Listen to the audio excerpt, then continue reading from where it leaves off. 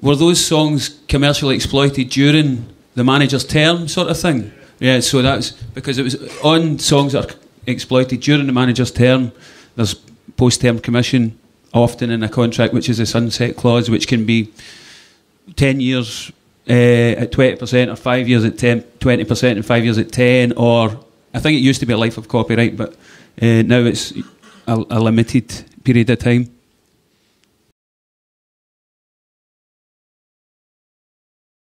The Musicians' Union will give you good basic advice. I mean, I'm afraid as you progress and the contracts get a bit more, or the deals get a wee bit more complex, even the MU will refer you to a lawyer, which you will have to pay for. But you'll be paying for a lawyer who's negotiating a deal that is worth thousands of pounds, so you can afford him by that, or her by that time. Not enough women in our business, by the way. We need more of them too. Can I say two things about contract? The first is that, unlike Bruce, I believe that a lot of managers actually do a very good job. I mean, yeah, there are some crap managers, there's some crap bands. You know, there are a lot of people who aren't very good at their jobs, but there are a lot of people who do a very good job.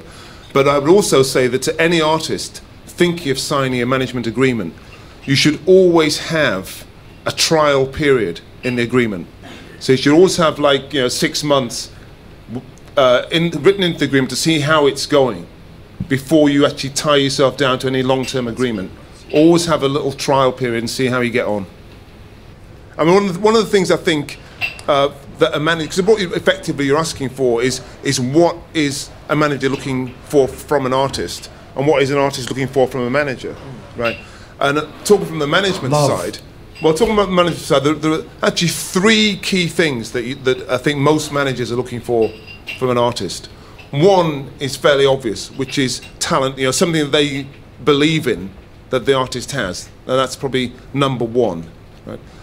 The second thing that they're looking for is something which you can't really buy, and obviously these days it's called the X Factor, but we used to call it charisma, which is, the artist has to have that certain something which makes you believe they're going to be a star.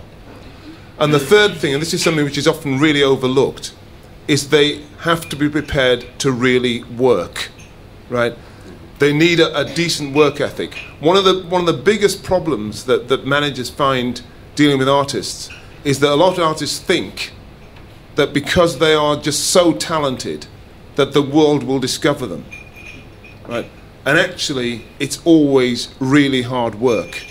I was explaining to somebody not that long ago that Stevie Wonder still does voice lessons, vocal coaching, right?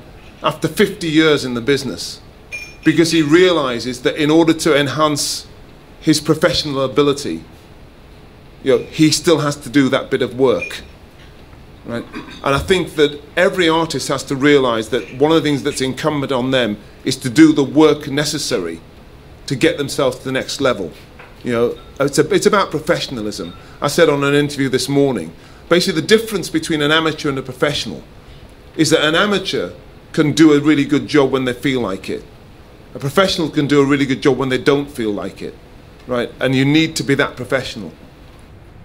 What I would say is that the big danger, I think, with the business at the moment is that everybody seems to be looking for a silver bullet. This is what it's going to be. And actually, it's not going to be any one thing. It's going to be a mixture of all the things that are out there at the moment. Everybody thinks it's going to be, it's just changed overnight. Well, it hasn't. It is gradually changing. So you have to make use of everything that's out there. And as I said before, physical formats are still really important, especially to any starting out band. Those fivers or tenors you can make from selling your CD on the night. It's just an absolute vital part of your survival. And the other big thing that I think is one of the big differences is that there's an awful lot of talk as if everybody is a major label. Now, one of my several jobs is I'm Director of Performer Affairs at PPL. And at PPL, the biggest single category, which is increasing by far faster than anybody else, are owner-operated labels. Your artists who are their own record label, or very small labels joining. And so you actually have to look at the protection for those labels while they establish themselves. It's all very well talking about, as if any protection which comes in now in terms of the digital economy bill or any of that kind of stuff is all about the major labels. It's not. I mean, they've had their day. I don't think there's any question about that. But the small labels still need some protection, right? And I think it's about those small labels. Cool. I don't think the business in a lot of ways, the core of it hasn't changed that much. It was the entertainment business back then, and it's the entertainment business now. And the more entertaining you are, the more business you get. And that the core thing of it, no matter how you sell it or how you dice it up, is a thing. You've got to be entertaining, and you've got to provide that entertainment, and people have got to come and see it and enjoy it, and they'll keep coming back if it is. That's it. Yeah, there's no signs, I don't think, that people, the general public, have stopped liking music. They've maybe stopped buying certain formats or buying in the kind of way, the manner that they used to. But they still, obviously, I think people will love always music. People will always want to make music. It just can't. You artists out there, you can't help it. It's in your bones. And people like me will always want to receive it.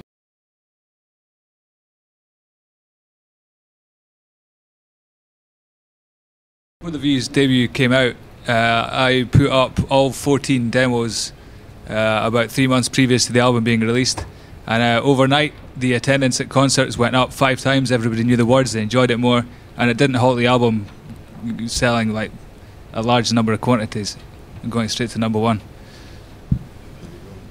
I think this suits different acts. Primal Scream, to be honest, don't really want to give any music away for free. Any time the record company ever asked them to do a free download, they said no to it. They just thought it devalued their product. They do come from an older school. I do understand that possibly things are changing. You can get bullied into it. You can go along with this, with the tide. When everything moves, you've got to move the same way. I'm never 100% sure what the right answer is to that. I still do believe, though, that if you make good music, good songs, good band, it sells. And I think in that is all. I mean, it's like every kid at school probably played football. Only so many of them went to play for Celtic or Rangers. So it's the same with bands. There's lots of bands out there playing just now, and the good ones will come through and they'll rise to the top. I really do believe that. I don't think much will stop it. But that's not necessarily the most talented. We've had lots of really talented folk who just have done nothing because they're a bit lazy. So it's all there's still. I don't think it's going to change, and I think Grant's right there. You know what? It's the same business. What is free? This is what gets me. It's a download. When Apple Mac start paying royalties to artists, when Microsoft start paying artists, because they're making a fucking lot of money, and they're making money. They're providing software where you can download music for free. But you've got to pay for the software, do you? You've got to buy the Apple, you've got to buy the computer, you've got to pay for a downline service, you've got to pay for this, that and the other. Just the music bit's free. Fuck off. No. Microsoft should be paying micropayments, and Apple Mac should be making micropayments to the PPL, PRS and MCPS, so that artists should get their fair share for what they work. A good day's work deserves a good day's pay. And artists are not getting it.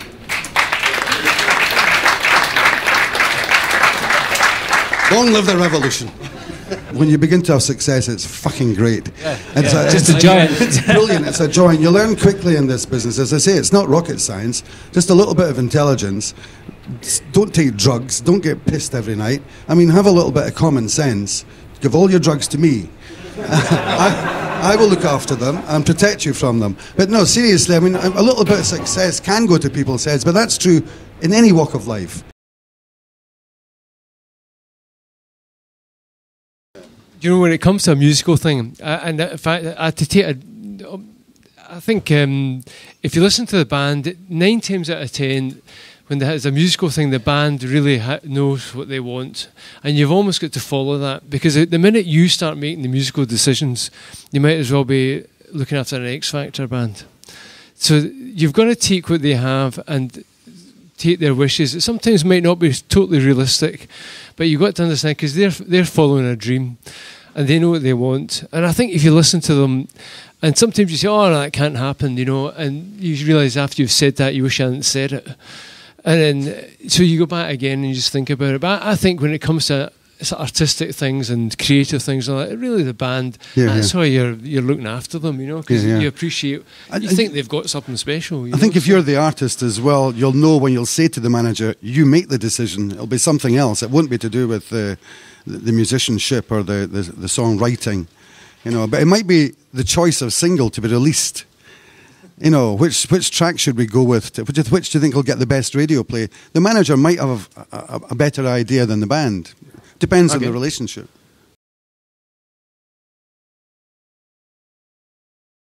In a lot of cases, you spend the first 20 years of your life making the first album, and you've spent 18 months battering it around the world as hard as you can, trying to sell it. Yeah. And then you come off the road.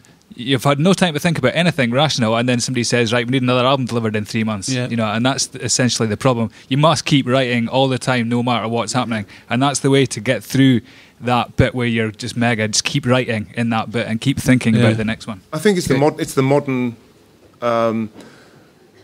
modern crisis. I think because what happens now is that, well, certainly the business as it stands now is there's real pressure to go from 0 to 100 miles an hour, in 2 seconds. Is there anything a manager can do to mediate that? Well, really, all you can do is think about building your band from the ground up, rather than from the top down.